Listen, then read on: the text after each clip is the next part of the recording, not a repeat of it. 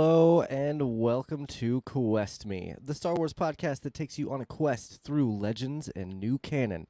My name is Josh, and I'm your forever host, friend, and night trooper.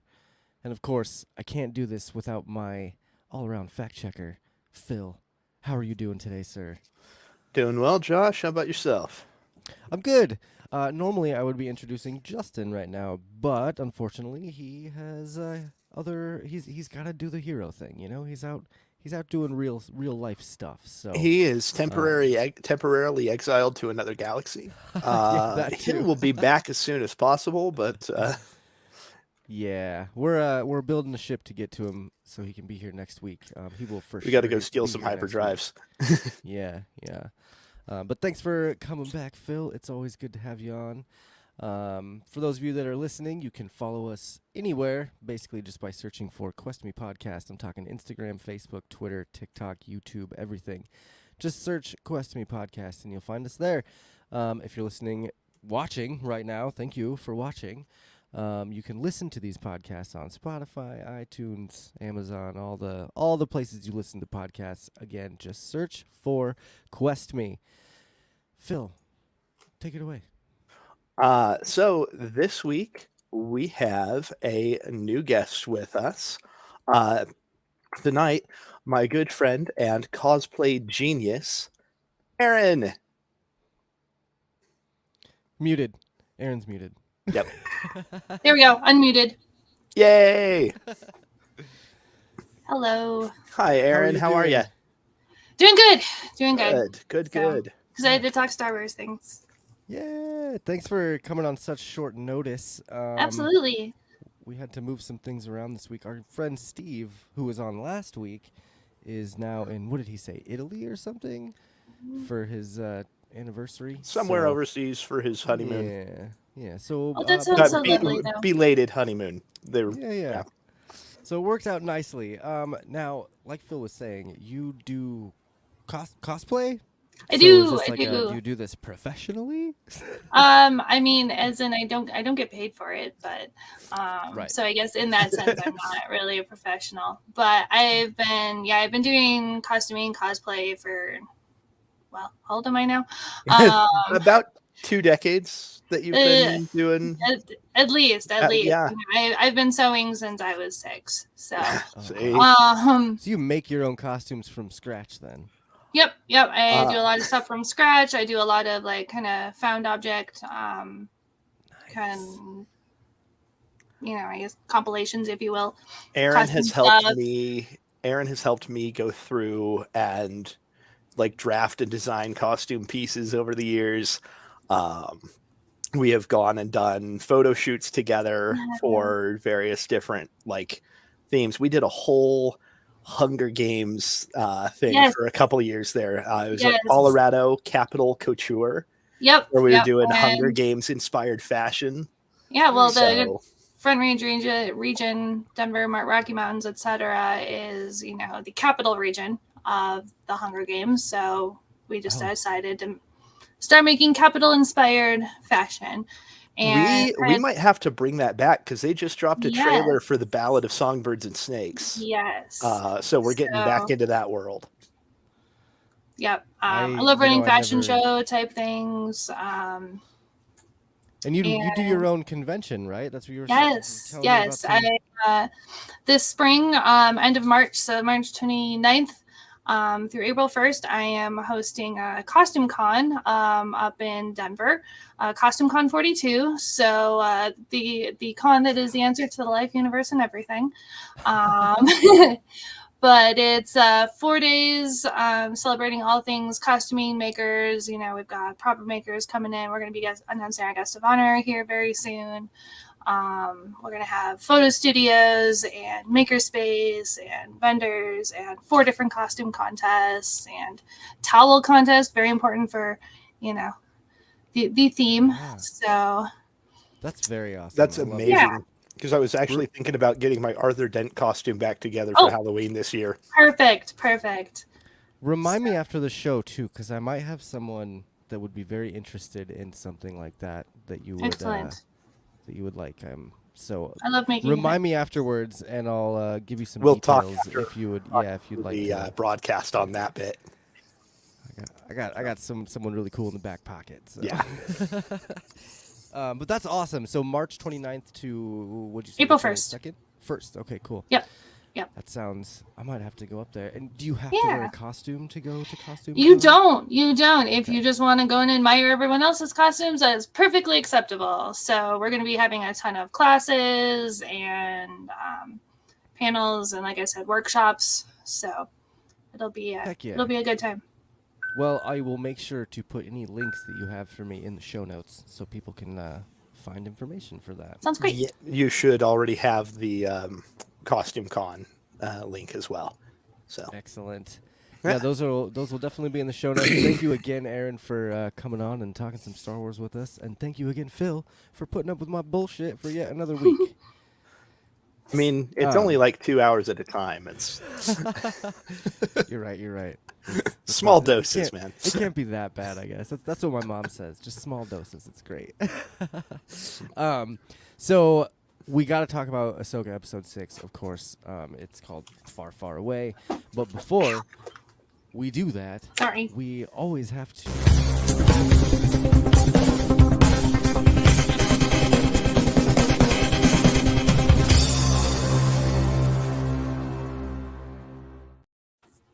go to a bar far away. So, Phil, tell us what we're drinking tonight. So tonight, in honor of our favorite Star Wars storyteller, Professor Hu Yang, I have taken a classic cocktail called an Old Scholar and done a little twist on that. Okay. So an Old Scholar is sage, orange juice, simple syrup, and rye. So in this particular instance, I actually already had sage infused simple syrup.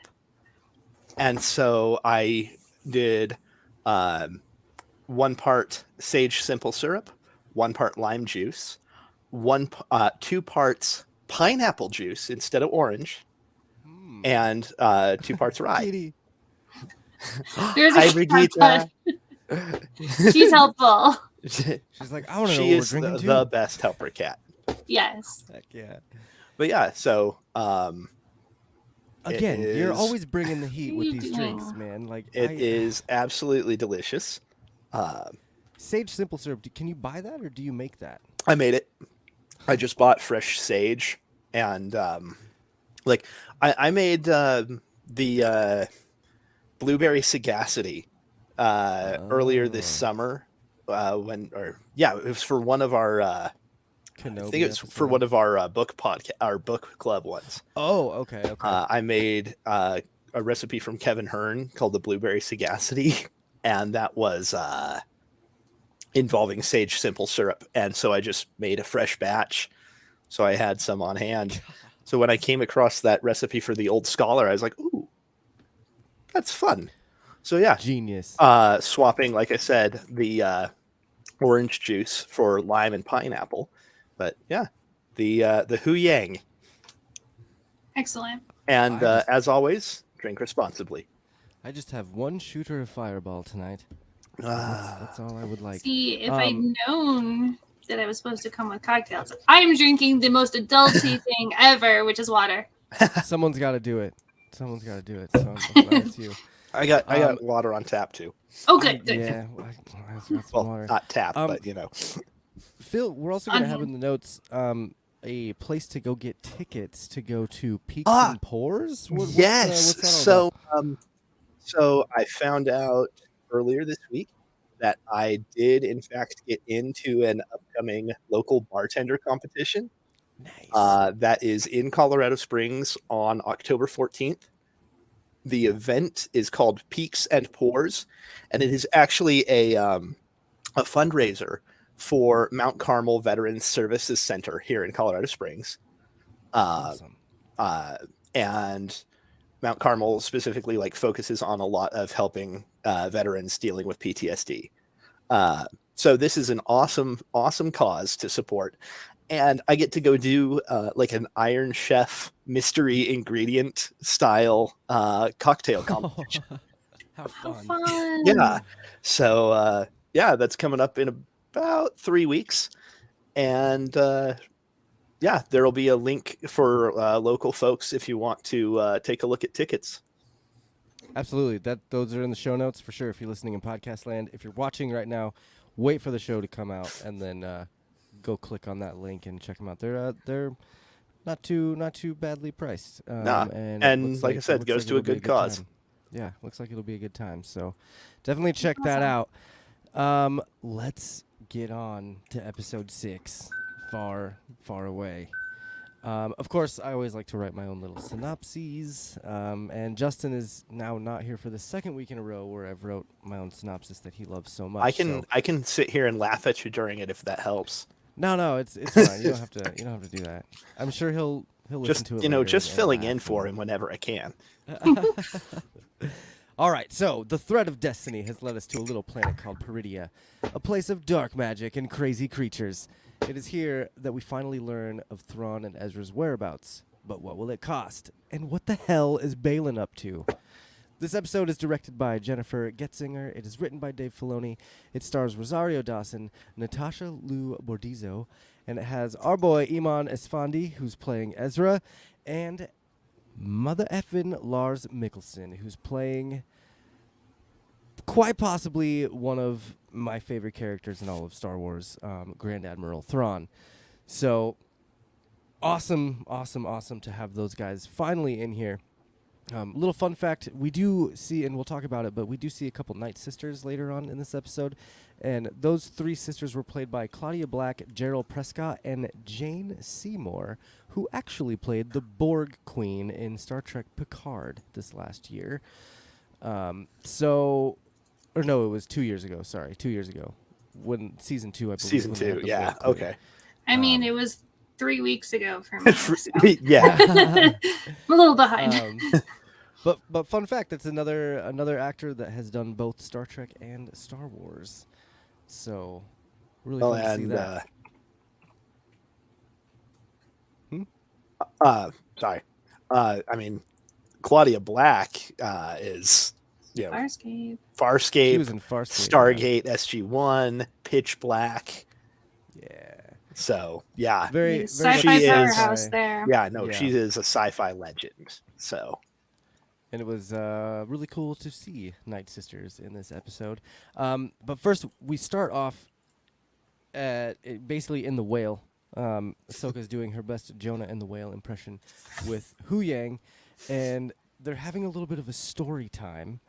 I feel like this conversation, I love that. This conversation was a lot of fun. And it also kind of struck a nerve with Ahsoka a little bit because Hu Yang, just bringing the heat, he says the Force provides you with insight but doesn't always give all the answers, to which he also continued to say maybe Sabine's only choice was to go with the enemy and find Ezra. And Ahsoka was not too pleased about that, which I don't know. I found it to be kind of weird because I feel like she just kind of had a spiritual awakening as a Jedi, and you would think that she would understand that a little bit more now, but maybe I'm wrong. Did you catch irritation vibes, Phil, from Ahsoka in this opening scene?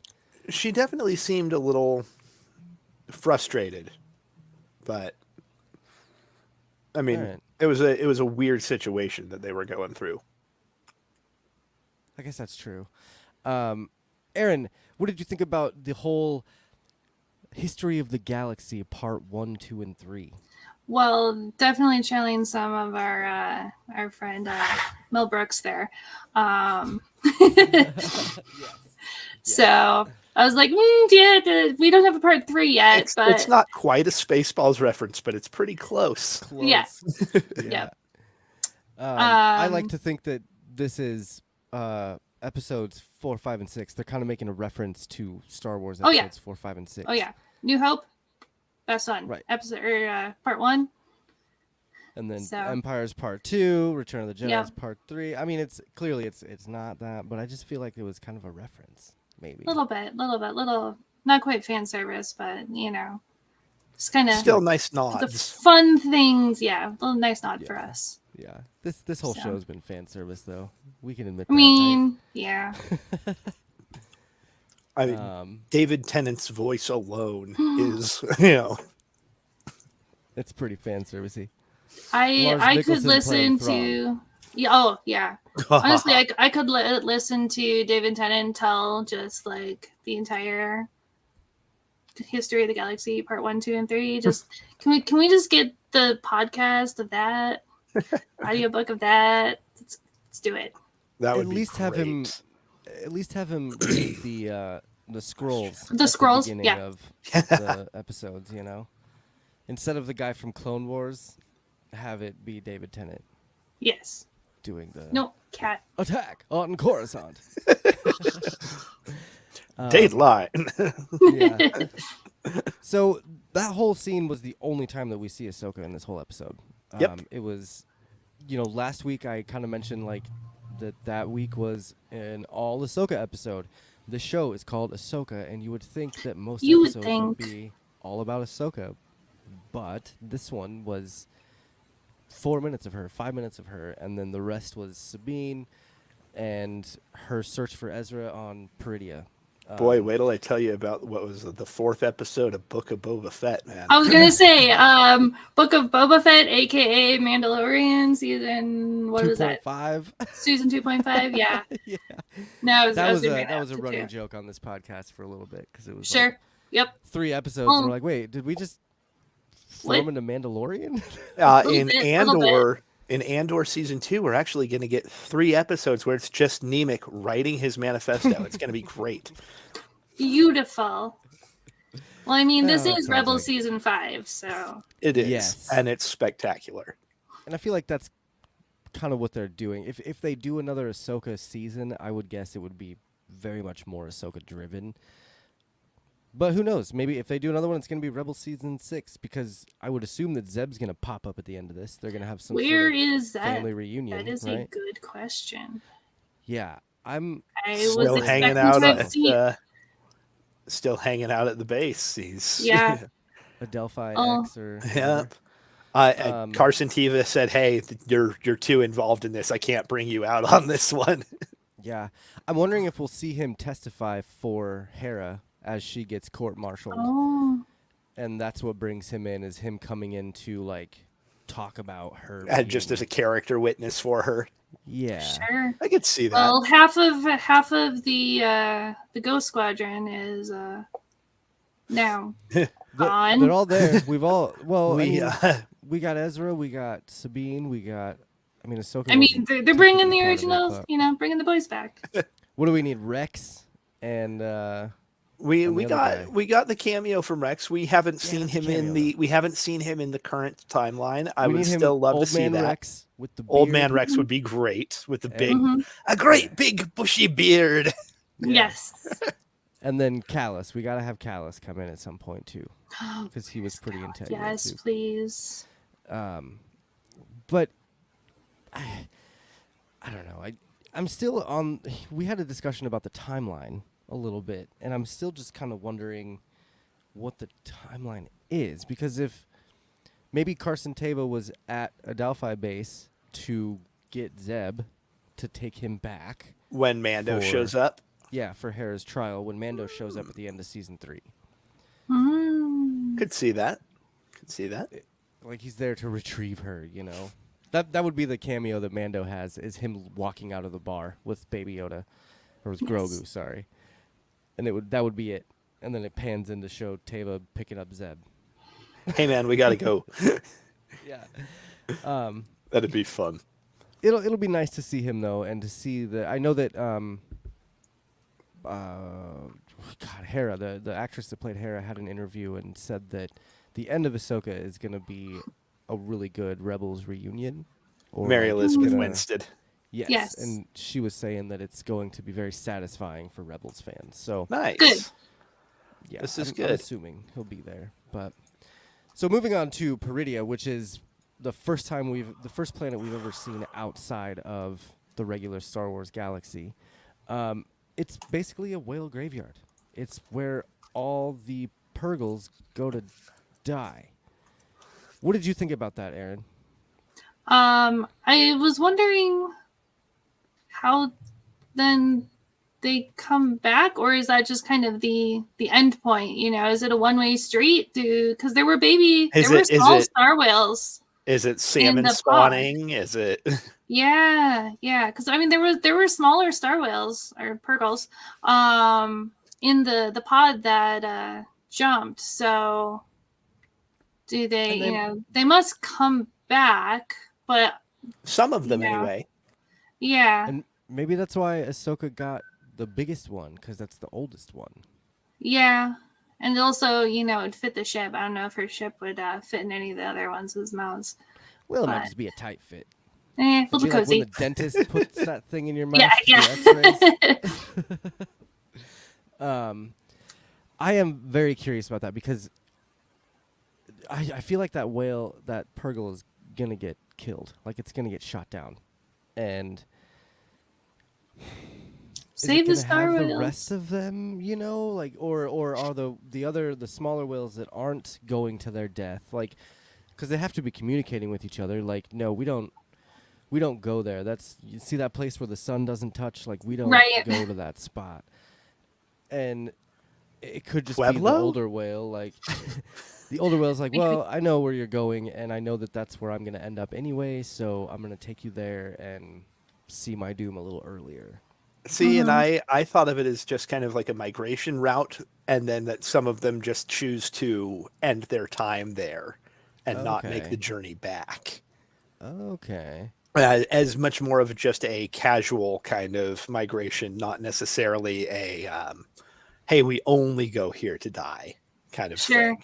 It's kind of like the birds flying south for the winter. Sure. Yeah. So what happens to the Purgle? Well, it's winter. so they're in the next galaxy. Oh, yeah. That season. The special effects here were awesome, though. Going up into the atmosphere and seeing the graveyard, and then getting into Peridia. And the fact that just the rings being all bones was kind of that was a terrifying.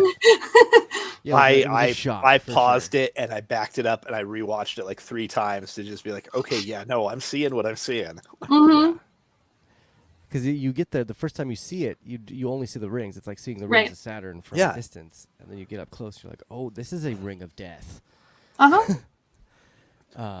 But I really appreciated the special effects in this episode all around, from the wide shots of like the Star Destroyer and the landscape of Peridia, and then the whale graveyard. It looked a lot better than some of the previous episodes. I feel like there's a little more of this season's budget dedicated to this episode. The later episodes. Yeah.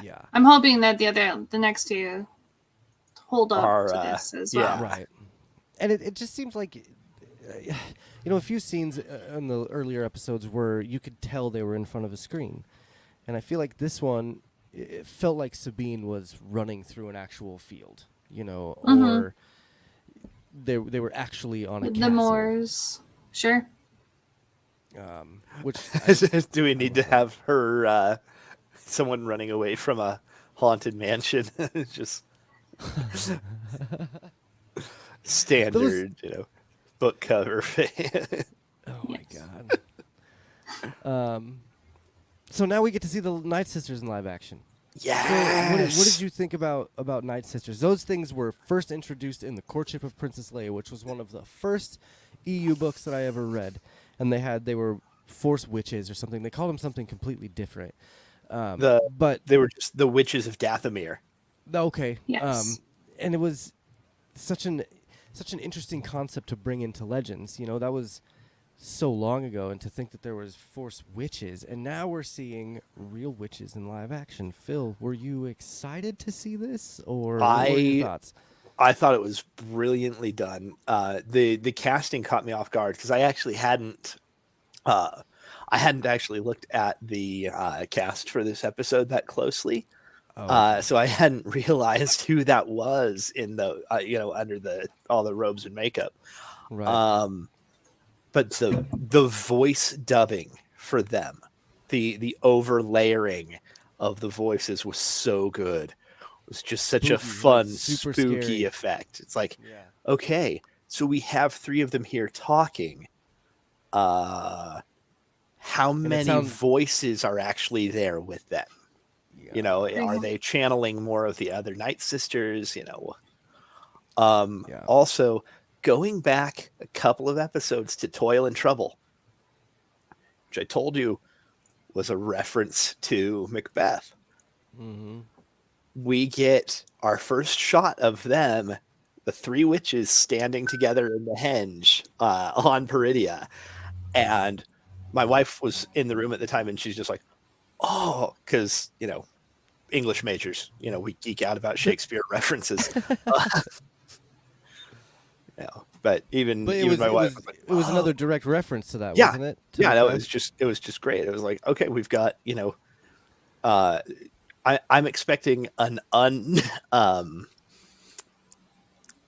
looking forward to a subversion of a prophecy at some point along the line here. So Yeah, because they're following the threads of destiny here. They remind me a lot of the Hercules three witches from the Disney show, where they're like The fates. cutting the strings and they share the eyeball and stuff. But I feel like they have a loose thread now, and it's very interesting to see them because they seem very confident in themselves. They reached out to until Morgan. Yeah, and they're very everything confident until they realize that Ahsoka's on her way. Oh my god! And without getting too far into that, I love how Thrawn reacted to that scene. Like, is this maybe the Jedi that you told me you killed? Like, Maybe. yeah, no way. But yeah, the Night Sisters were I loved them. Are they all mothers? What's the difference here between like regular Night Sisters and the mothers? Are those is it like an upper echelon of Night Sisters? How does that work? I would assume if they're anything like most kind of like the Coven leaders or whatever, sisterly orders, convents, Covens? coven or convent. I mean, if you're looking at like nuns, Oh, none. Yeah, sure. So, and so one of them is a clear leader, though, right? Like one of those three Night Sisters has to be a leader. I look at this as like the Hocus Pocus witches, where you have the two sidekicks and the Yes.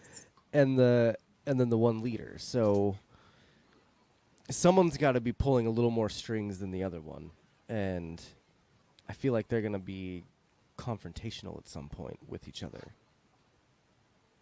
Maybe not. Maybe they'll just be confrontational with Thrawn, but who knows? I loved their line of "It reeks of Jedi," because they looked. There's only one Sabine, Jedi there, and it wasn't Right. Sabine. and it wasn't Shin either. Like it's all Balin. No. And I love how they look at Sabine, and she's like, "What? Me? It's not me. I can't use the Force. What are you talking Yeah. about?" I mean, she was, and she wasn't even the one like most recently engaged with a Jedi, because Balin had been dealing with Ahsoka. So yeah, Balin had direct contact with a Jedi more recently. yeah, Right. yeah. Well, and he was raised a Jedi, and I feel like in this episode you learn a little bit more about Balin and how he still respects the Jedi, and he still probably considers himself a Jedi in some ways. He just detests the Order and what those guys stood for. I mean, the Jedi go back thousands of years, Speaking of, Thrawn's reaction to Balin. Oh, he knew him. He knew who he was. Yeah, it was Knew was him at wonderful. least by reputation, and called him General. So that gives us a bit of a timeline on Balin, and when he left the Order as well. he would have 'Cause- had to Well, have he- been in the Clone Wars. Mm-hmm. And Well, so he didn't left- exactly leave the order. The order just kind of, mostly the died. Order left Died. him. Yeah. Well, I mean, at least theoretically, he could have also bailed partway through the Clone Wars. He could have, He could have pulled an Ahsoka. defected. yeah. I'm curious to know more about his story because I feel like there's a lot more to learn about him and Oh yeah. what he did. And again, the tragedy is that because of Ray Stevenson's death, we're not going to get another season worth of Baylan Skoll content. I mean, they could recast, and I'm sure they would do a great job doing it, but it wouldn't be the same, man. Ray Stevenson, It wouldn't. It really wouldn't be the awesome. same. But the more you think about it, and we'll talk about this, the more you think about it, I don't think Baylan's going to survive this season. The last thought I had about the Night Sisters, in Mandalorian Season 3, the last episode, Hux mentioned Project Necromancer. Do you guys think that Necromancer starts with the Night Sisters? I think it has to. I have all kinds of new thoughts about Merrick at this point, and about what is actually going on board the Chimera, what Thrawn's whole strategy is versus his plan in the Heir to the Empire trilogy. Right. Because in Heir to the Empire, in Timothy Zahn's original trilogy, where we first met Grand Admiral Thrawn, his whole scheme is focused on stealing a fleet of legendary ships that may or may not exist. They do. And staffing Spoilers. them with clones because he needs a quick, loyal army. So and this is could a be fun twist on it. Yes, if they're still looking for a fleet like that, or if they, I mean, clearly they can just go and rip off a bunch of New Republic shipyards because they still have a ton of Star Destroyers that are just there, that they're taking apart. So all they got to do is, go steal them. And the New Republic is so inept right now that it's going to be really easy for them to basically smash and grab and do it multiple times. Bless you. Thank you. I think we'll talk about Baylan and that whole thing here in a minute. I do want to just get to Thrawn because we keep dancing around the subject, and this is the main part of this whole episode is introducing Thrawn not only to live action but to a new set of eyes, to a completely new audience. There are a lot of people, believe it or not, that didn't watch Rebels and didn't watch Clone Wars but are still enjoying this show. What did you guys think about his look? Just right off the bat, when he shows up and he's front and center, and you see what he looks like. Aaron, what were your thoughts on the way he was portrayed, basically? He's definitely kept a lot of his stateliness throughout his exile. Forget how many years it's been since 9. 9 years. Okay. 9. It's 9. Yeah. So math. Thereabout. Yeah. So, And you there can kind of tell, like isn't- you can tell yeah. he's been there for 9 years. yeah, and I saw some nice close-ups that Shauna Tripsick, who's the costume designer for the show, she posted some close-ups of it, and you could see the fraying on his collar, the buttons on his the flap closure had been darned because it had been undone so many times, and probably not a lot of seamstresses among the crew of his Star Destroyer there. He's got a lot of troops and personnel. I think it was brought up that a fully staffed Star Destroyer is like 10,000 personnel plus troops then. So, but who knows how many seamstresses are probably not in high demand. And Or it's weavers to not- find new fabric. And it's not So- like Star Trek where they can just, replicate a new Replicate, uniform, right? So, seeing that he's kept himself up as well as he can, was, I think, an important testament to his character. absolutely. That his uniform is as close to, spotless Pristine. white as he can get it. That it Yeah. is. And just his crew when he enters that room. Yes. The Just- chanting, they love him. They love him. Yeah. They will die for him. I mean, Their costumes are great too. But just to finish with Thrawn's costume, we have our friend Ro. He loves to talk about how pristine everything looks in these new Star Wars shows, and I think how they it's lost captured. some of the used future kind of feel. Yeah. I think we get a lot more of that back in this. Agreed with everything, with Thrawn, with the stormtroopers, with the Star Destroyer, with the cell that Sabine gets thrown into. Like everything is aged, and it's aged appropriately.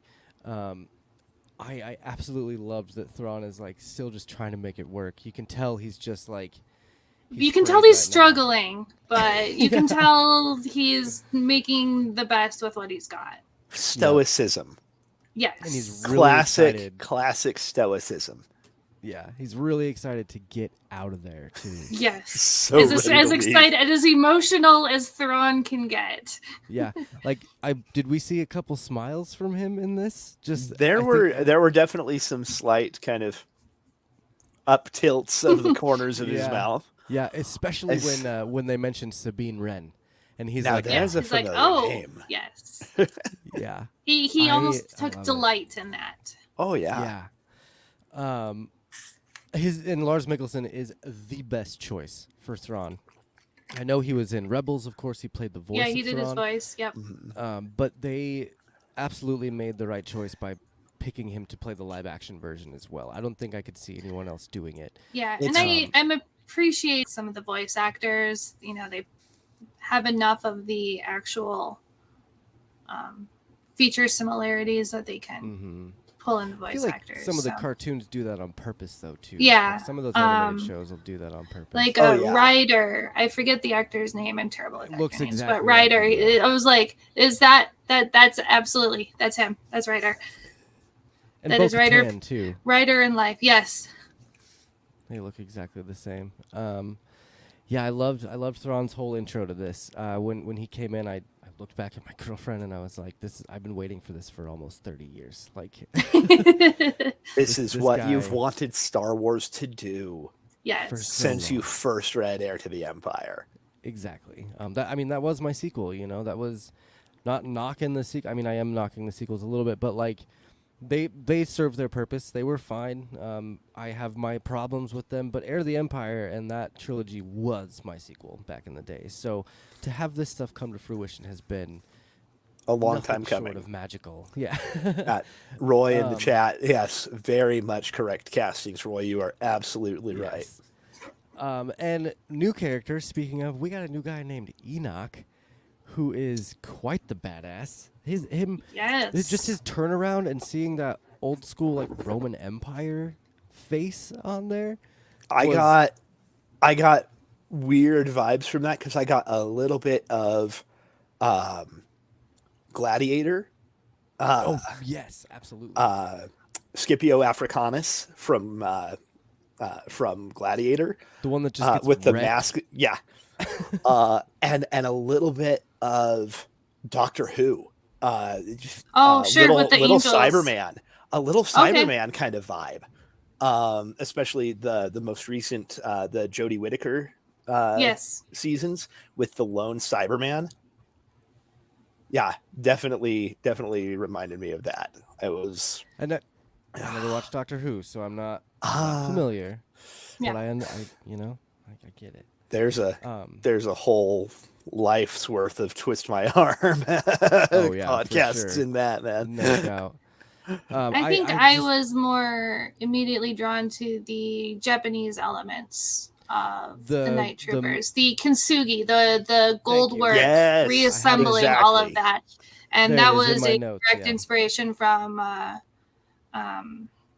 Shauna as well. Was she looked at the Kintsugi and these guys, they've been exiled for a while. Their stuff's in disrepair. Again, there's resources on that ship, but there's not enough.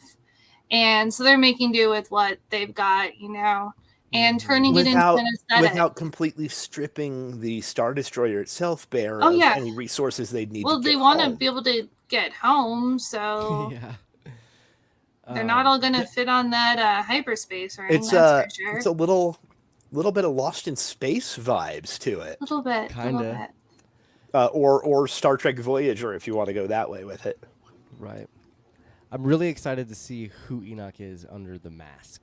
Is it just going to be some normal stormtrooper, or is it going to be another one of those experiments like I feel like Merrick was? Phil and I were talking did you- just about this. Did you see who was cast as Enoch? Yes, Wes Catham. Was it Chatham. Chatham? Okay. He's Castor from Mockingjay, and Amos from The Expanse. Okay. So Both things I have not seen yet. I don't know. Hunger Games, I missed it for whatever reason. I just missed that series. But I know people loved them, and if he was good in it, Yes. fun thing. Apparently, he's actually was in the U.S. Navy he was a aircraft carrier firefighter. that's awesome. Yeah. I wonder if he'll actually be a human, or if it will be like we had kind of talked about. Whatever Merrick was. Are all these troopers just reanimated Night Sister spirits? I love that, and I know we chatted about this briefly the other night. Back in 2005, there was a Star Wars book called Death Troopers, and it was basically a zombie apocalypse on an Imperial naval vessel. It was a really fun. I remember reading it a long time ago. Like after we talked about it, and I read the synopsis, I was like, "Oh yes, I remember now." Yeah. I'm finding it. Right Came now. out in 2010. Yeah. So it came out back when I was working at Borders. Back when Borders was still a thing. But Joe Schreiber wrote a horror novel set in the Star Wars universe that was stormtroopers getting infected with a zombie virus. It was great. So it would be cool to see like a kinda fun. version of that. That for was the sure. thing. That was one of the first things when I saw the Night Troopers, because watching with captions gives you little names for things. Yes. Yep. So seeing the Night Troopers definitely gave me a lot of vibes from the Death Troopers. And since they reused the name Death Troopers for the guys in Rogue One, it was nice to see them come up with a new name for whatever that. I think they're undead, or at least some of them are. I was gonna say probably some of them. I would guess that a lot of those stormtroopers survived the last 9 years, and that they've just continued to put their armor back together and like done the best with what they have. Oh yeah. But I do love that thought. I gotta bring this up because Roy said earlier Thrawn's intro music was terrifying in a different way than the Imperial March.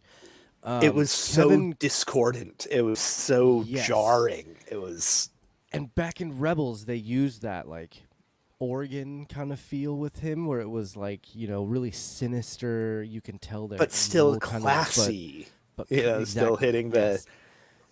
And they used that a little bit in this episode when he came in. That guy Kevin Kinner has just crushed it with the score in this. He really has. He really has. I can't speak highly enough about this score and what he's done. The notes that he's touched, the Force theme last episode with Jason doing his thing. It's all been perfect. So yes, thank you for bringing that up, Roy. It was the music has been wonderful. He also asks, what if some of the troopers are conscripted alien bandits? They look similar to Tuskens in build and very human-like. I could see that. Yeah, I could see him could just like be. Could be hiring the that some of bandits them are the from the locals. yeah, just bring Well, them up. because if there's one thing we know about Thrawn, he does not share the Emperor's general xenophobia. He's No. I mean, Thrawn was always kind of pointed at as the exception to the Empire's whole, oh no, No humans aliens. only Mm-hmm. kind of vibe for their, at least upper leadership. Right. So that's Yeah, I could certainly see, a and possibility. I could see him just utilizing his resources. Like I don't think he would Yeah. ever partner with Night Sisters before, but he's had to do what he to get back. So Desperate times. exactly. So Last thing on this subject, what are they're loading some things from the catacombs into the Star Destroyer. Crates. Crates? long, Coffins. narrow crates. Are they the ancestors of the Night Sisters? Are they moving people out of the crypts? So Because my first is this castle a giant crypt? I don't know. A mausoleum. Probably. That's what I'm going for. Yeah. My first thought was in playing with that, I was like, okay, we saw that Marok, whatever he actually was, wasn't fully alive, at least anymore. No, he was clearly a Night Sister spirit too. Like he was absolutely. It looked so much like Clone Wars when Savage Opress gets murked and the Night Sister spirit flees from flees it. Like, out it was of him. very very similar to that. So what if this is Thrawn's plan? Is not going with clones, but with Night Sister powered revenants. We have undead, and I know part of this is just because I'm going back through Tamsin Muir's Locked Tomb series, and so I've got all of these space necromancers on my mind. But yeah, what if he's building a zombie army? And Merrick was a very formidable opponent. Like, yes, Ahsoka took him out, but I don't think many people would be able to take him out. And if we have a ton of Merricks running around that are skilled with lightsabers or even just swords in general, then it could be pretty awful for the New Republic. But again, I'm really thinking that this is going to lead into Project Necromancer, and that this might actually just be Project Necromancer. Yeah, and maybe it's a much more literal kind of interpretation than we had originally we had originally expected. Originally, we figured it was them bringing Palpatine back to life, right? Because they got to explain how somehow Palpatine returns. So to do that's going to happen in Fortnite 2. As in TWO, not TOO. Just to see that. Like, I literally downloaded Fortnite on my Switch just so I could listen to that whole stupid message, and I was pretty upset about it. But it would be nice to get an explanation, to see, like, and with the way that Filoni's doing things, I feel like he's going to write the shit out of that story. I hope so. So, any last things you guys wanted to talk about with the Night Sisters or Thrawn? Good? Okay. Good. So let's go on to the other enemies of this episode, Balin and Shin, because they had a really interesting story arc in this. We're learning more and more about them. Balin kept referencing, the old Jedi stories and the fairy tales and how this is like coming to life for him, but he's still searching for like a higher power. At one point he says, do you hear it calling? Do you feel it, stirring? What do you think this power is? Like, originally a lot of people thought that it was the world between worlds, but I'm starting to think it might not be that. Erin, do you have any thoughts on what he could actually be trying to find? I honestly don't. I've actually been kind of staying a little bit away from speculation on that and just kind of going with the flow. Which is the With best his idea. which his force flow. So, I speculated on a lot of other things, but yeah, that particular one, I've just been like, okay, where's he going with this? I'm just gonna play your game here and keep waiting and see what's coming up. So, um, I guess I the only am thing that could connect it to the world between worlds is that he said he's searching for the beginning. right. Yeah, he's trying to break that cycle. So, um, I'm not It's convinced that he and Shin are going to be leaving Peridia. okay.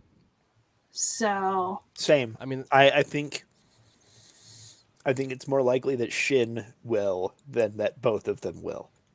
yeah, potentially Shin. Shin seems to be a little more disenchanted with Balin's plans these days.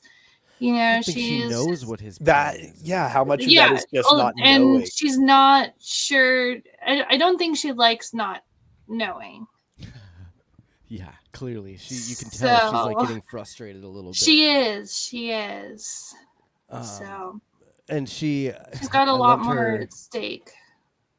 Yeah, well, I mean, she's so much younger, She's got so Yeah, much life to live. And yeah. is she doing it for the right reasons? Like, is she training to be something more for the right reasons? Or, like, I can see her kind of contemplating her beliefs at this point because Balin has been so hush hush about it. Mm-hmm.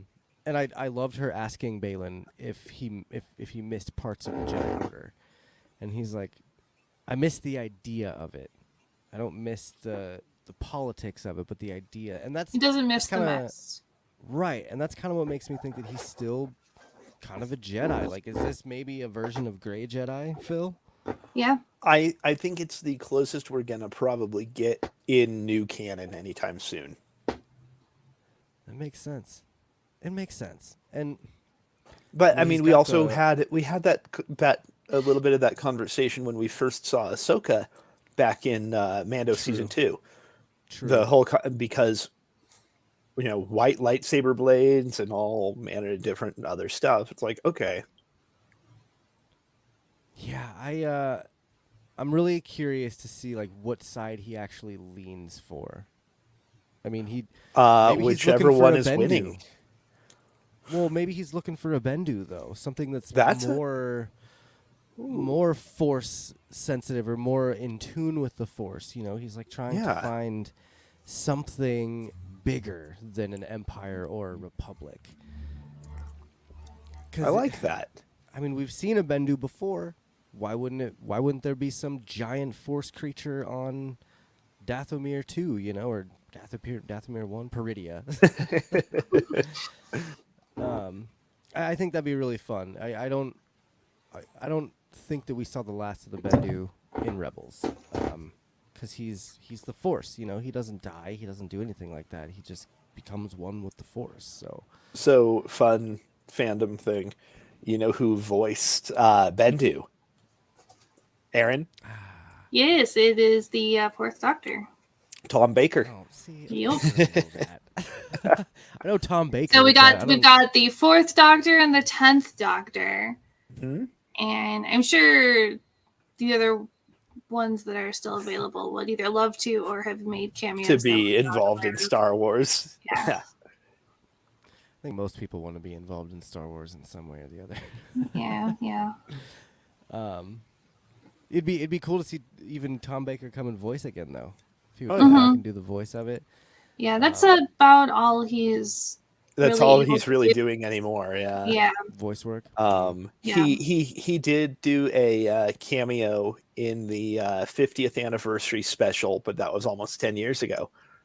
Yeah. That was 10 years ago. Shit. Oh, good. Yeah, because we get 60 we're doing this year. 60 this year. Ah! Oh geez. Yeah. So. Sorry, I'm so sorry. I don't know the references of the Doctor Who. Nah, thing. it's I'm it's just all so- good. I'm so out of I'm place. making more of them than usual this time around because Aaron's here. Okay, all right, fair. That makes sense. the last thing on Balin is he talks about the Boken Jedi, which is really Yes. cool. Phil, explain what Boken is and what a Boken Jedi might be. So we've seen Boken. We've literally seen them in this series so far. A Boken is a wooden sword. It's the wooden version of a katana, and it's used for kendo training. It's a practice sword for Japanese style sword fighting, and the whole idea is that we've got, whereas in like uh, the Old Republic, we had Jedi who were training at the temple, who were, going through this rigorous training process, getting practice lightsabers, getting all kinds of different things that they were doing. People training outside of that are using whatever other resources they can for the training. And we have seen Ahsoka training Sabine with Boken. That entire sequence, everything she was doing, practicing with Ahsoka on the ship. So the whole implication is just that these Boken Jedi are people who were trained outside of the main part of the Jedi Order. And if you think about it, we've in the post in the main Star Wars timeline, starting with the original film and moving forward in time, we've really only seen Boken Jedi outside of the prequels. Like Luke Yeah. and Rey. Yep. Basically anyone that's I mean, I guess you could kind of even consider Ahsoka maybe a Boken. I mean, she was trained in the Jedi She Order, was but trained she in the finished Order, her but she training left. Yeah. outside. I kind of got the implication that Balin looked at Boken Jedi as lesser Jedi. I think there's definitely an air of kind of classism going on A little there. bit, yeah. And maybe just almost a bit of regret from the loss of the Order. Just a little bit of sadness there that the Order is gone, and that now all that remains are the Boken Jedi. That would make sense. I did like how he said, Shin is like, "Is that what I am?" And he immediately was like, "Oh no." He like realized, "Oh fuck, no." Oh shit! I made my apprentice sad. Yeah, I trained you to be something more. Which again, that could be a more gray Jedi, one that pulls from both sides, one that is able to use the Force for all it is instead of just one side or the other. I don't know. I could be completely wrong there, but speaking of Boken Jedi, we finally get to see Ezra show up in this episode. It's a long journey. Sabine kind of gets a little lucky here. I mean, not lucky, but Thrawn was just so excited that Morgan showed up that he's like, "Yeah, whatever. Here's a horse. Here's all your stuff back. Get out. Go find your friend. I don't care." Bye. Yeah. and then sending Shin and Balin to go follow after them. But right. Yeah, he's trying to use them to tie up quote unquote loose ends. And if he can get rid of Balin and Shin and Ezra and Sabine, that's a lot of loose ends he doesn't have to deal with. I feel like he's trying to get rid of all of them. Like for a little piece of Thrawn is like, screw him. We'll just leave him. We'll be fine without him. And he's so confident that he doesn't need a Jedi. He doesn't need any sort of Force user. And that's got to be because he's got an army of the undead, right? But he clearly has kept tabs on Ezra and knew where Ezra was. And I don't think he knew exactly where Ezra was. He said the last known whereabouts. The last known whereabouts, yeah. And, since Ezra is living with those nomadic hobbit podling... The no-tea. The turtles. Turtle crabs. The hermit podlings. Since they move around, seemingly with relative frequency, much like the Harfoots of Rings of Power, it kind of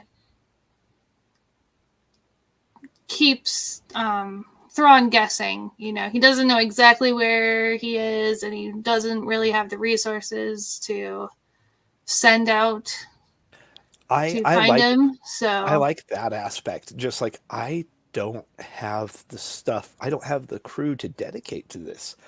mm-hmm. You know, just that maybe what was it? Maybe 2 if he squads? comes here, we'll take care of him. But I don't Yeah. have the resources to send people on, you know, Wild Ezra chase. So Right. And his acknowledgement of that, of how they have suffered losses mm-hmm. since they've been there. That was great. Yeah, I Well, found Thrawn it is a man of interesting the that people. yeah. You know, he Yeah. cares about his crew, and he like wants them to live. He was always known for having the least amount of casualties, and so it makes sense that he would do that.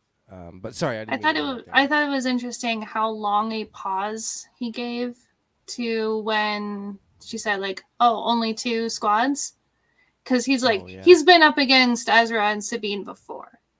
Yeah, but that's when they were much more well equipped, and they had a much larger and they had a lot more bigger support network. Yeah, bigger support network, better morale. You know, he's like, oh, Ezra's out here in the wilds by himself. You know, he doesn't have the resources, so I'm able to send. I'm more confident in my lesser dispatch. Lesser beings. Yeah, I feel like he also was fairly sure that Ezra might have been dead. Yeah. Because of like the scavengers out there and stuff. Like yeah. So, okay, with this Ezra reveal, I know you felt it was a little were you guys underwhelming. Were you guys underwhelmed? Because I mean, they've built it up so much, and it just was a turnaround and there he is kind of thing, you know. And I was expecting a longer hunt, that's for sure.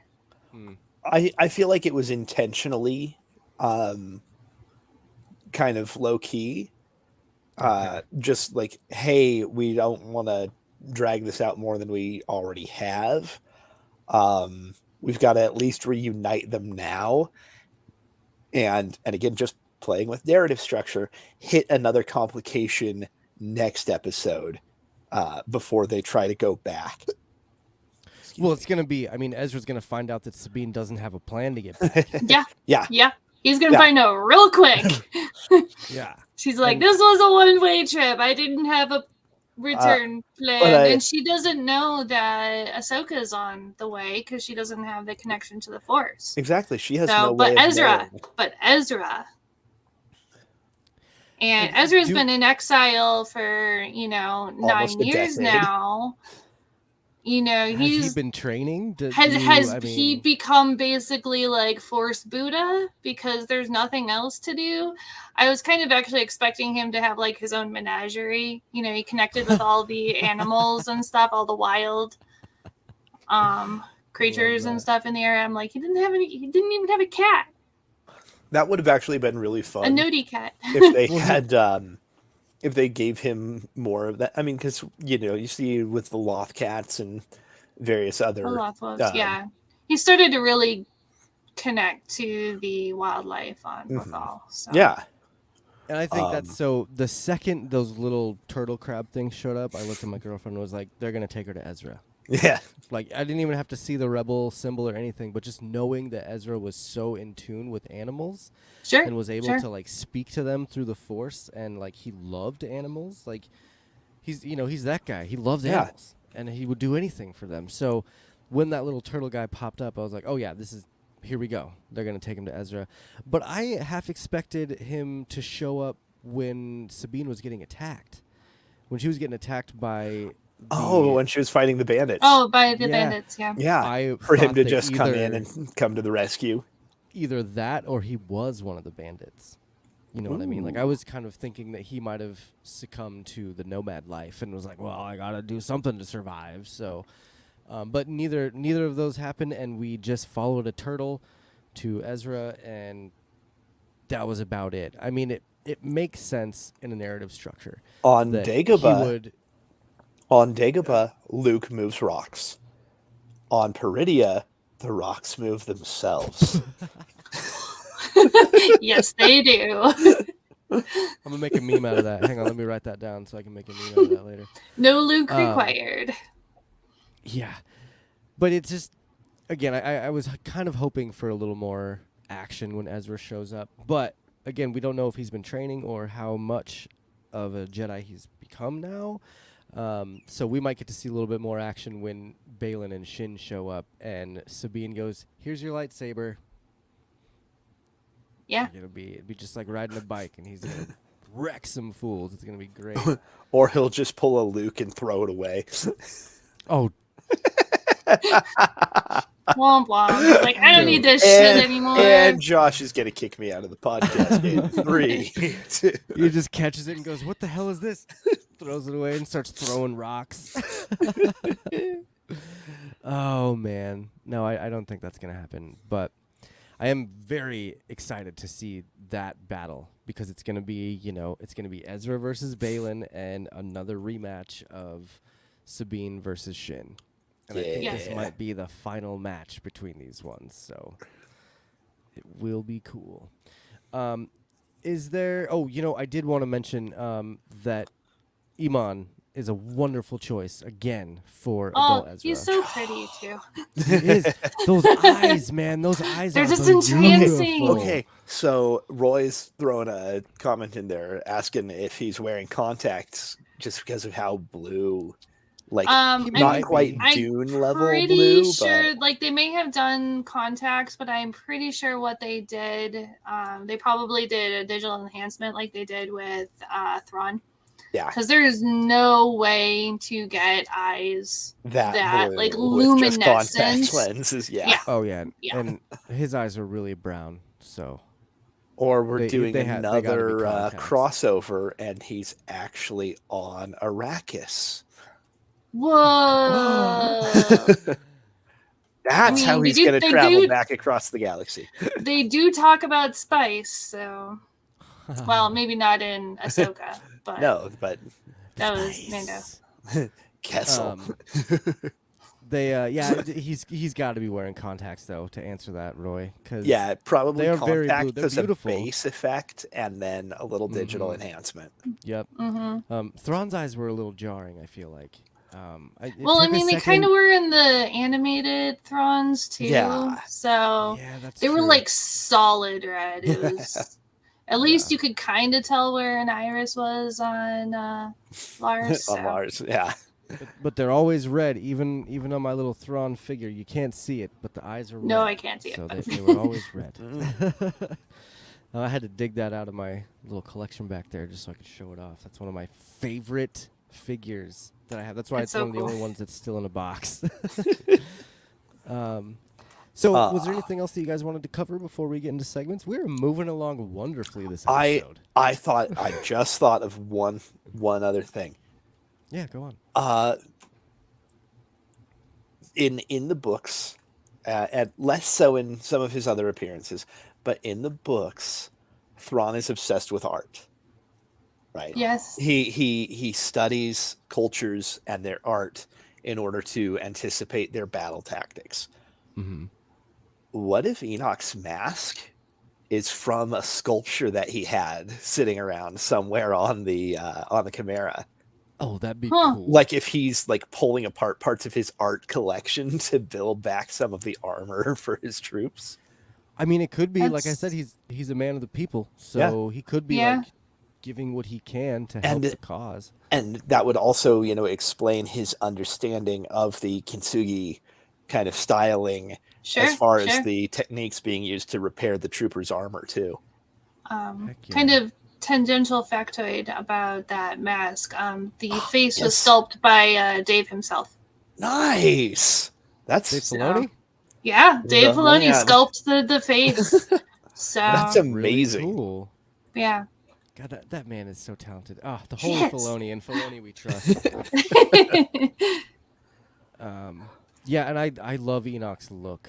Yeah. I want a figure. I want like a legion of these night troopers, but I really want a figure of Enoch because he's super cool. Yeah, I can't wait. I just this whole series is just building, it's the building blocks to something that's going to be massive. And it sucks that, the writer's strike is going to prevent a lot of stuff. It sucks for us fans. I really am pulling for the writers and all those people to get what they deserve. And I will wait however long it takes. Phil and I were just discussing what we're going to do after Ahsoka, because there's book not club. a lot of content coming out, so we're going to do a book club. But we still got to knock out Last Command. Yes, we'll start with Last Command, of course, and then kind of go on from there, because I've always said we're, Legends and New Canon over here at Quest Me, so we better hit some Legends after this. But yeah, I'm really, really excited for the future of Star Wars and where this story is going to go. Mainly, like I said before, because Thrawn has been he's been my boy since I was really young. So seeing him have an actual story and have what looks like a cohesive, fun, magical story is wonderful. So was there anything else that you guys wanted to cover before we get on to our segments? Kind of a small thing, but the Howler that Sabine is riding off. Yes, one thing that Rebels is very well known for is pulling from the archives of Ralph McQuarrie. Yes. And so as I'm watching the scenes and stuff with the Howler, I unfortunately didn't get far enough, so I don't have a solid answer on whether this Howler design is based on McQuarrie art. But I did start to try and dig into it and see if I could find some old references to what the Howler design may have been. So, oh yes, and maybe these little notey guys are also, maybe inspired by some McQuarrie stuff. So, weren't those supposed to be on Dagobah, the little notey guys? they might have been. I mean, we talked a bit about. With Zeb and how the Lasat are based on the original concept art for the Wookiees. Right. So I mean it makes perfect sense that they would pull more from the from Ralph McQuarrie's work as far as the spiders from Mando season 2 and Rebels, I think season 3 was those inspired by Yep. McQuarrie art. So yep, I love that. I just these guys have been doing so well with bringing things full circle and keeping it in the family and so to speak.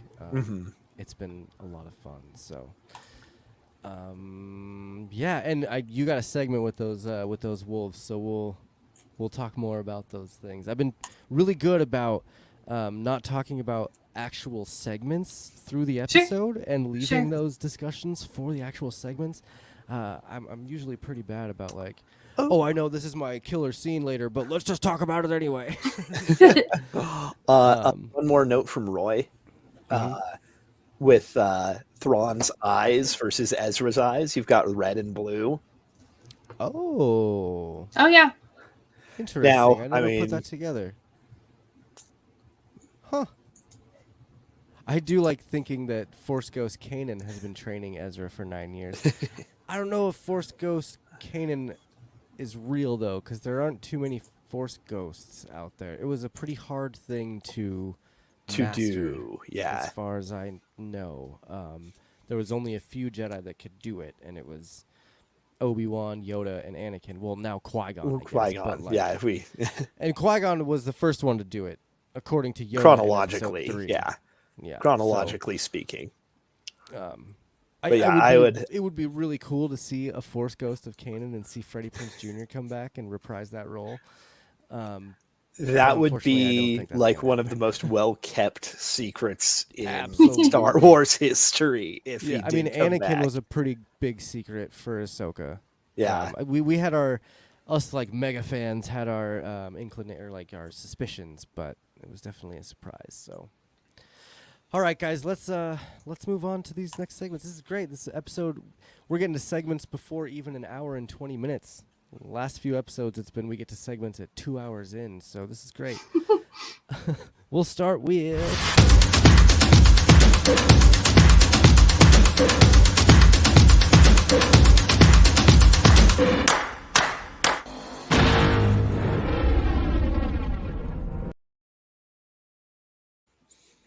It's the Starlight Killer Scene, the part of the show where we pick our favorite still shot of each episode. So we're going to start with our wonderful guest, Erin, and her shot comes in at the 27-minute and 27-second mark. Go ahead and tell us about this shot and why you picked it. So just the relationship between Sabine and her howler, it just kind of, she doesn't have a lot of connection with the Force, but you see she does have connections with animals and such back in the beginning. So I just got a huge kick out of, basically her telling off this thing, but then the camera doesn't move. So you're very much able to kind of anticipate that, yes, this howler is going to come back across through the thing. But like, I know what's coming. So it was just a very cute relationship. I kept looking at my dog during this scene and going, this is you. This is you every time. Yes. Where is your loyalty? Yeah. And when you see them, see these howlers, kind of in the beginning up on the rocks and stuff, you're like, ooh, those are going to be, some formidable beasties. Absolutely. And then it's like, nah, they're just these cute little things we ride around on. They are like pack dogs or riding dogs with like rat faces. So, yeah, I like. They're just friendly little beasties who like to potentially eat nutty. And I love the idea of them being utilized by Thrawn and his crew for transportation, because I gotta save resources. Can't burn all our speeder bike fuel and whatnot. Mm-hmm. We gotta save what we have. We got native mounts. Let's go ride them. Yep. And I loved how Ezra was like, "You got a howler? How the hell did you do that?" Right? And it's even got a saddle. Yeah. It's not even bareback riding. And I loved how committed this howler got to Sabine by Mm-hmm. the end. Like he was like, "Oh, I'm so sorry. I won't do this again." Like, can we still be friends? Right. Exactly. Excellent pick, though. I do love that scene. Phil, your Starlight Killer Scene comes in at the 7-minute and 14-second mark. Why don't you tell us why you picked this shot?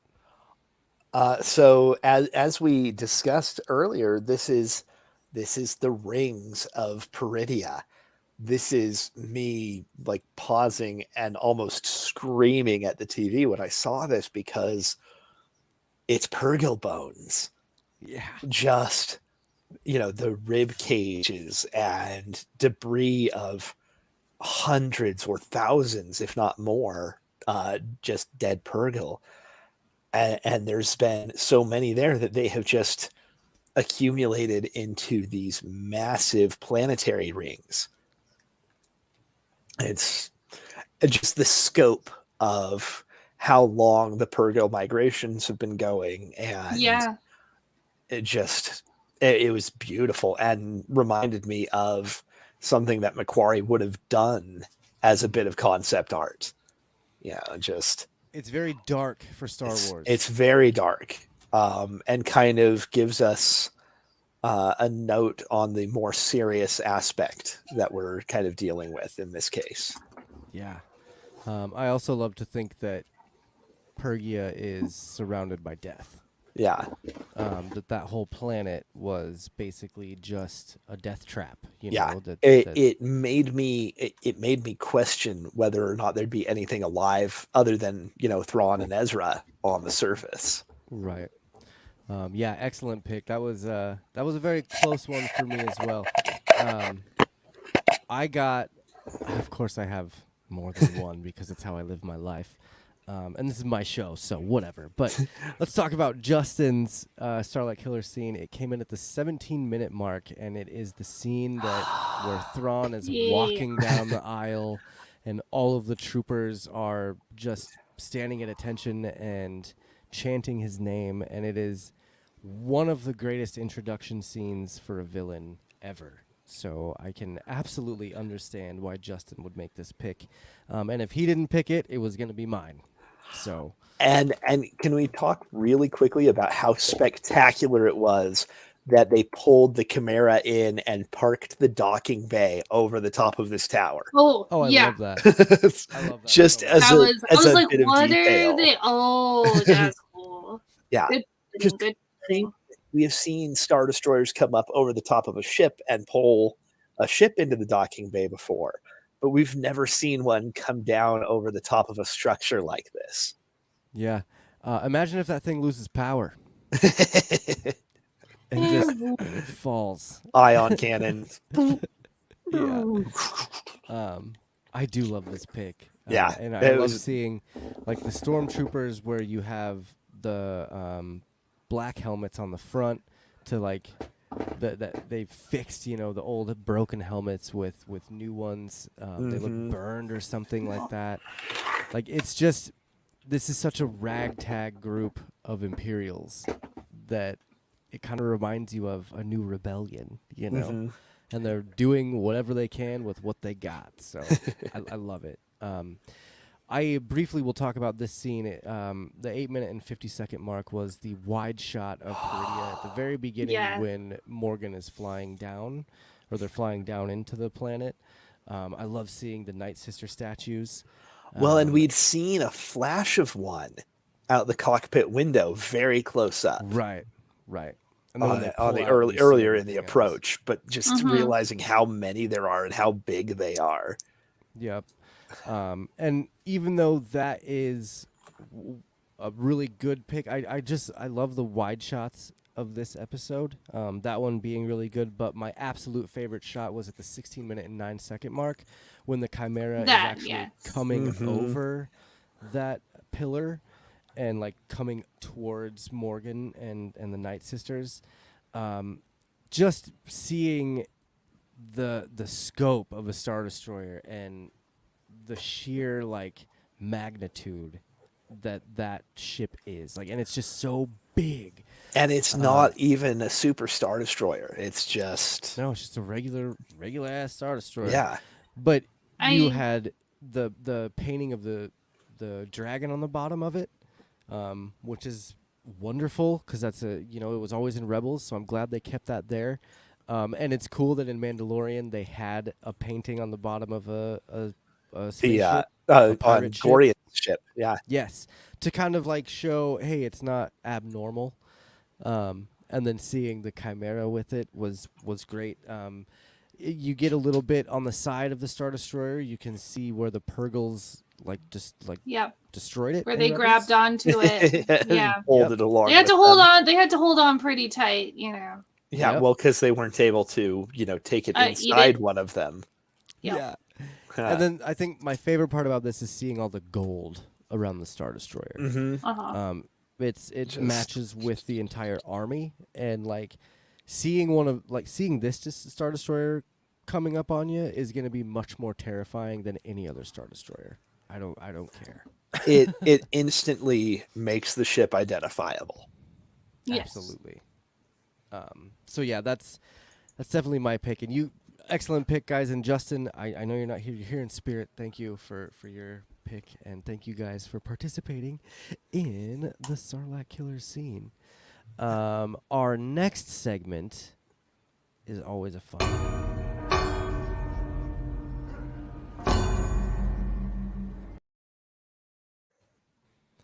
And of course, we'll continue the trend and have our guest Erin with her one-chimer first. A long time ago, in a galaxy far, far away. It was really hard not to talk about that at the beginning of the episode, so... Yeah, there's that. Why did you pick that particular one-chimer?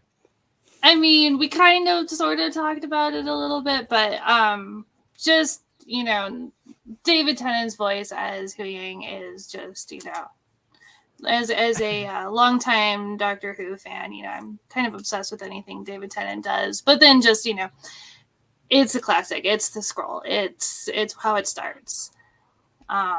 So the fact that I get, two of my favorite things in one line, if you will. I was almost in tears when I realized what the line was going to be as he was starting his story. It was just like, I basically I did both the Leonardo DiCaprio meme and the Family Guy one. He said it. He said the line. He said the thing. So it was. Memes in real life. Yep. I think we all fought over that particular one chimer, but when you chose it, we were like, "Yep, it's all yours." Oh, thanks. So Thanks. thank Honor you for goes to the settling guest. that.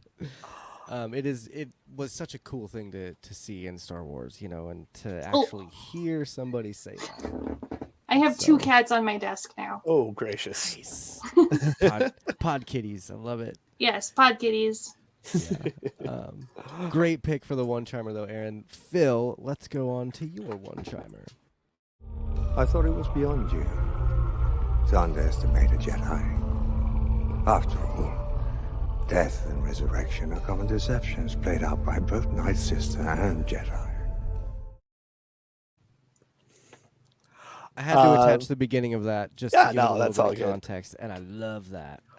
And again, it's tying back into my whole theory about the zombie army. It was like, no, what if I have, at least in a manner speaking, triumphed over death? What if everyone's thought I've been dead for the last 9 years? Yeah. If I can come back, if we can do this. And just his delivery of that line and being like, it's not just, it's not just the Jedi who have a, neither group has a monopoly on this ability, or this tendency, especially now because he knows Ahsoka's on the way. Yeah, I really enjoyed that. And then to further that, whenever he is talking about Ahsoka and he's like, I want to know everything. I want to know where she's from. I want to know her master. I want to know her history, like her background, her people, like everything. It was like, I think Thrawn was excited to get back into the game, because he has loves playing that game. Has a new worthy adversary. Yep. And he's all about chess, basically. He is the chess player, and you can just tell whenever he starts asking Morgan for all that information, he's like, yes, getting the blood flowing again. This is going to be wonderful. Roy asks the question, what is stopping the Dathomir witches from resurrecting the Purgle to leave the planet? What are the specifics for Dathomir undead? I mean, they're from there. Like the witches are there, so they have no reason to leave on their own per se.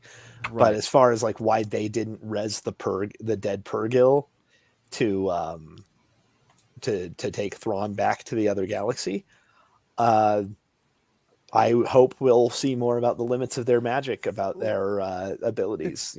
It's probably a matter of what you can control. Yeah, I would feel because like Marok was capable of using the Force. Right. But, Was he, though? Because there's a little scene whenever he throws his lightsaber, right before he throws it, where he hits a button on his wrist. Is that a magnet? Is that like a retractable thing where he throws it and then it comes back to where his wrist is? Because to me, I gotta go back and rewatch that. That's what it was. Yeah, same. I gotta go back and rewatch that bits now. And it's to me it seemed like he was using his Roy, wrist, I'm sorry, we don't have a good answer on that one yet. But yeah, and it could just be the limits of it. It's a big creature, and who knows? Like, if this undead army actually comes to fruition, are they being run by the 3 witches? Like, is it going to be they have to defeat those 3 witches to defeat the whole army? Cut it off. Oh, is that like a keystone? A keystone to the army? That's a right. So, fun thought. I'm sure we'll find out in the coming weeks. Yes. But excellent question. I'm going to play Justin's one chimer really quick. Did I even put that on here? No. You know what? I'm going to play my one chimer really quick, and then we'll get his on here. You've gambled the fate of your galaxy on that belief. You wouldn't understand.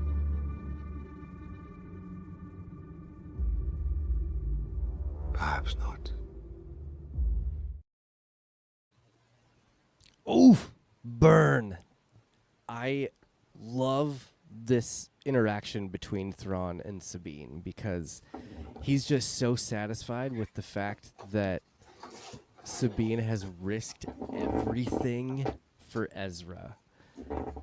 And then for her to turn around and be like, well, you don't have any friends, so you wouldn't really understand why I would do this. And you can tell he kind of hurts him a little bit. He's like, ouch, you know what? I guess maybe you're right there. And all right, screw you. I'm going to send you out to your death. You know, it's kind of what I was thinking there with Thrawn. So It's like, well, yeah, your mom. Wait. yeah, pretty much. But Thrawn had some of the best lines in this whole episode. He definitely delivered his dialogue better than most dialogue has been delivered in this entire Star Wars Disney Plus series. You know, and all of them. I mean, that It's just been speaks to Lars Mikkelsen as an actor. Very true. Very true. So, but yeah, I there were a couple different Thrawn lines that I wanted to pick, but I feel like that one was just kind of the best because it was a good back and forth between Sabine and Thrawn and a good reintroduction for those two characters because they definitely spent some time together in Rebels. So yeah, it was fun to see. really good establishing of his character for the folks who had not seen him previously. Absolutely. Let's establish this guy as a threat. Let's show off his very loyal fan base. Seriously. Loyal to death and maybe beyond. Right. And I'm excited to see more of Thrawn's dialogue and more of him as a character as time goes on. So I got Justin's one-chimer up here, so I'm going to play that real quick and then, yeah. I want to know her background, history, home world, her master, everything. Yes, Grand Admiral. If a star whale approaches Peridia, destroyed with prejudice.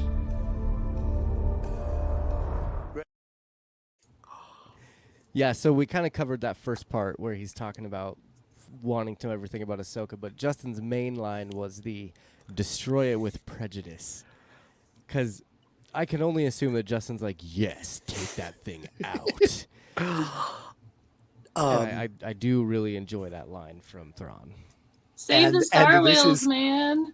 Yes, yes. Okay, so this is me and Aaron geeking out about this again because Doctor Who reference. There is an Oh no, we lost Phil. there's an episode of Doctor Who called The Beast Below that features a future version of London. Yep, I'm in and out. Hang on. You're good. Keep going. Am I here? Am I not? Yeah, Let's no, see. You're here. We can hear you. I think you might just be stop your camera. See if that helps. Might be something to do with that. Who knows? I was watching a podcast. I mean, friend bits of and mine, pieces. The Grawlix podcast was playing earlier, and I was watching them, and they were having issues with StreamYard too. So I wonder if Aw. it's just a site-wide thing happening with StreamYard right now. Do you know what he's talking about, Aaron? The episode he's Yeah, talking so about? this episode, The Beast Below, basically they're in New London. I forget how many news are on there.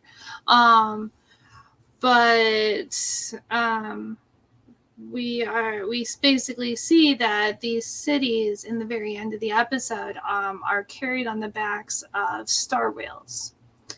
And so from the very first time that I saw the Purgle back in Rebels, I've been calling them star whales. You know, yes, they're Purgles, but they are star whales. And so I have been calling them star whales. It was just a wasn't- fun. It was a fun it was point to just- have somebody actually canonically refer to acknowledge them as as star star whales. So someone in the writers' room of Ahsoka is a huge Doctor Who fan. Then, is a basically. Doctor Who fan, yeah. I mean, they've got Tennant on cast. Someone I in the writers' mean, room's got to be a obviously, fan. obviously. Yeah. That Sorry makes for sense. that. Sorry for that hiccup there. My No, internet went you're down for back. a few minutes there. Erin covered for you flawlessly. She knew exactly what you were talking about. So it was Yeah, Yep. I mean, it's almost like we coordinated it ahead of time or something. What? just maybe. Yeah, and I actually got back in like 2013 or something, right after that episode, or I guess the February after that episode Yeah. had come out. I was at the Doctor Who convention in LA, and me and my husband, then boyfriend, but me and Tim and a few other friends of ours all made like Save the Star Whale hippie gear and stuff. So we had like tie-dye shirts that I screen printed on, and it was beautiful. So Save the Star Whales, man. Save the Star Whales. Maybe I'll have you make a Quest Me Save the Star Whales collab shirt. And we can, Oh yeah. give it Oh, out. I totally can. Totally That'd can. be cool. That'd be great. So, especially now that we are killing them with prejudice. Save the Star Whales. That's awesome. Well, great picks, everyone, for the one chimers. It's always fun to talk about our favorite lines in these shows. So, let's go on to our final segment.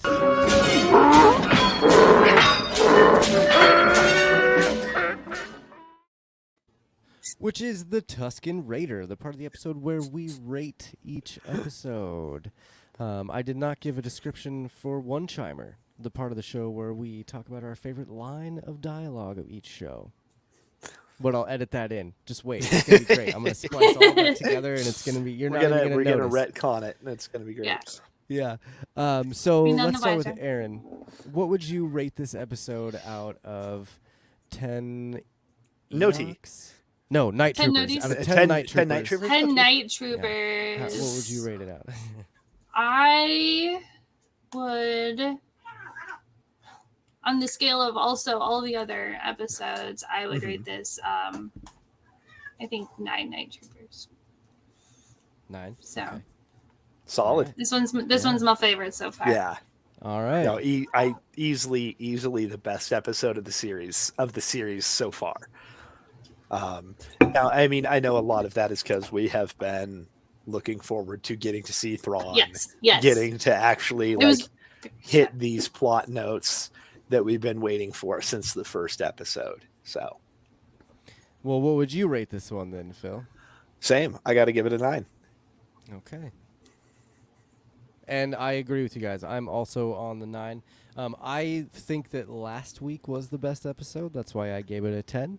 There's still time to get another 10 this season. But just seeing Anakin and stuff, kind of, even though Thrawn, again, is like one of the best things to happen to me personally for Star Wars in a long time, it was still really cool to see Anakin and the Clone Wars and just everything wrapped up in that one episode. It was, I don't know, man. It's going to be really hard to beat that one. So I'm rating this one a 9. Justin's rating this one a 9.5, probably just to be a dick. But that's He's okay. trying to make you because- do math. Which is Yeah. fine. I did math real quick. So altogether, we rated this episode a 91.25, which I believe is the highest rated episode for us so far. Oh, definitely. Definitely our highest episode for this season. It's close. Last week I might have been a 92. I'm not positive. I have it. Get written outta here, down Roy. In my notes. But Roy says it was an 8.5. Rise of Skywalker 10 out of 10. It was really cool to have you here, Roy, but I'm going to block you now. I'm totally kidding. Let's see. Last week we had episode 5 rated at a 92.8. Okay, So okay. It last was week close, though. Yep. That was And it close. was mostly because I gave it a 10. But Yeah.